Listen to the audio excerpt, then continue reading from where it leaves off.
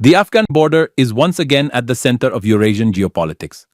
Recently, the Collective Security Treaty Organization, or CSTO, confirmed it is deploying weapons and military equipment along Tajikistan's 1,300-kilometer border with Afghanistan.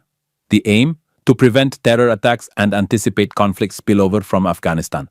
The move was finalized at a high-level meeting at the CSTO Secretariat, attended by Acting Secretary General Valery Semerkov and military representatives from Russia, Kazakhstan, Armenia, Kyrgyzstan, and Belarus. But what triggered this latest escalation? Since the Taliban's return to power in 2021, often referred to as Taliban 2.0, Afghanistan has faced internal unrest, economic collapse, and a growing ISIS presence. Yet, in a controversial twist, Russia became the only country to formally recognize the Taliban government.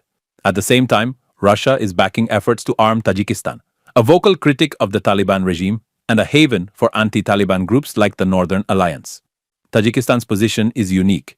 Not only does it share a vast and porous frontier with Afghanistan, but it also has deep ethnic and political ties across the border.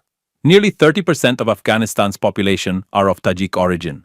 This ethnic connection fuels suspicion and fear in Kabul, particularly as many Tajik leaders who oppose the Taliban are based in Dushanbe. The CSTO has been discussing border reinforcement since the Taliban's takeover. But in July, those discussions turned into action. A formal list of weapons and technical tools, produced by CSTO member states, has now been approved for delivery to Tajik forces.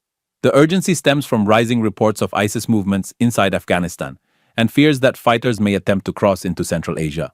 The Taliban insists it poses no threat to its neighbors, but CSTO intelligence suggests otherwise. Officials fear sleeper cells or splinter groups could exploit the border to launch attacks or destabilize nearby regions. The concern isn't just terrorism, it's also about narcotics, weapons trafficking, and political radicalization. Russia's strategy here is complex. While it maintains diplomatic ties with the Taliban, it's simultaneously bolstering its regional allies and reaffirming its influence in Central Asia.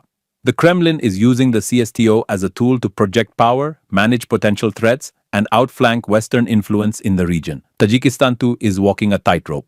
It depends on CSTO support for defense, yet faces growing humanitarian and political strain from Afghan refugees and border instability. With winter approaching and aid to Afghanistan diminishing, the border could soon witness a wave of displaced families, alongside potential infiltrators. The broader question is whether this deployment is just a deterrent or a signal of deeper militarization in the region.